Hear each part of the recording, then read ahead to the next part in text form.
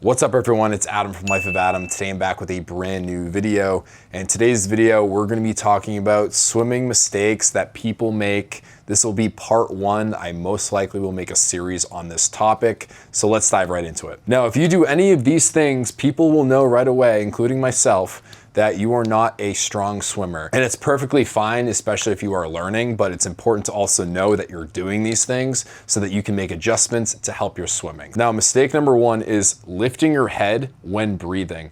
This happens all the time, especially when people try to do front crawl and they don't understand the concept of rotary breathing, which involves you turning your head to the side versus when you're swimming, just lifting your head up and losing all of your momentum and kind of staying in place and then resetting and putting your face back in and swimming. Typically, we see that with kind of like the intermediate swimmers, especially of younger ages, but just make sure when you are swimming and you're doing front crawl or freestyle, you're not just lifting your head and bending your neck back and breathing and then putting your face back in, and that's how you swim. So just make sure you learn how to do rotary breathing.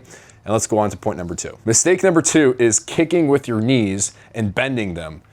This is especially important for flutter kicks. Flutter kicks are supposed to be kicks where your legs are straight and together and you have pointed toes, and it's rapid fire kicks, kind of like a motor of a boat. And it's consistent with you doing the arms and rotary breathing. And that's like a beautiful front crawl that when people see it, they're like, wow, this person's a great swimmer. It's very graceful and it doesn't get you tired that easily because it's good technique. Now, if you bend your knees while you do this and you're kicking with your knees, the first thing you're gonna notice is that you're not going very far and you're gonna be making lots of splashes in the water. So a lot of swimmers, what they do is they lift their head above water when they breathe and they bend their knees when they kick. So not only are you not moving, you're also lifting your head up and breathing, which means you're also not moving. So you're putting a lot of effort and you're not going anywhere if you do both of these things or one or the other. So just make sure that you kick with your toes, with your legs together, feet pointed, and you'll be fine. Just don't bend your knees too much. A slight bend is okay, but you don't want to be whipping them with your knees. Mistake number three is not using the walls when you push off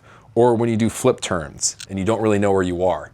Now, this is a huge advantage when you swim, is being able to utilize the walls because it allows you to push off, it allows you to glide, it allows you to transition. This is what great swimmers do, is they know exactly where they are, especially when they do stuff like backstroke. They know that the wall is behind them, so they don't just swim backwards and hit their head on the wall and hurt themselves. They have a feeling of where things are, and they also utilize the wall because pushing off is very efficient because not only is it fast, it gives you time to breathe and allows you to kind of keep your momentum when swimming when you change direction. So don't be the person that swims up to a wall and doesn't use it and just turns around and starts swimming again. You're gonna be putting a lot of effort while the person next to you is gonna be going a lot faster and is not gonna be putting nearly as much effort. Now, mistake number four is plugging your nose versus exhaling when upside down.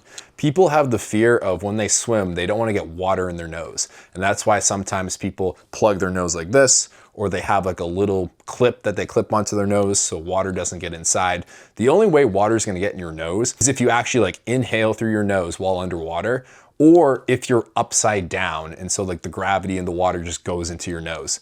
But remember this important tip. If you breathe out of your nose, you like exhale while you're upside down, water's not going to get into your nose. So this is very important. When people do flip turns on swim team, or they do any type of stroke where they're upside down for momentarily in the water, they're gonna be breathing a little bit out of their nose so the water doesn't get in there. So that's a very important habit, and it's more of like an advanced skill than these two tips, or maybe this one right here. It's just knowing habitually just to breathe out of your nose instead of plugging it and holding on every time you enter the water. So these are four mistakes that swimmers make. I hope you guys enjoyed this video. Like and subscribe, share this with your friends, or share this with people that you want to help learn how to become better swimmers. And I'll see you all in the next one. Thank you so much. Peace out.